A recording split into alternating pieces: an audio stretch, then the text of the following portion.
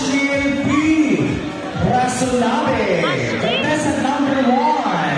Ashley! Ay, babe.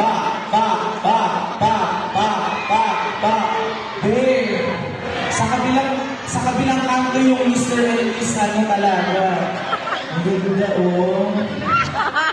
Ano ang height mo? 6'11". Wow, 6'11". So, nakalagay dito na ang hobbies mo, singing, playing volleyball, modeling, tapos skills aside from singing, driving. Do you drive? What type of vehicle? Wow!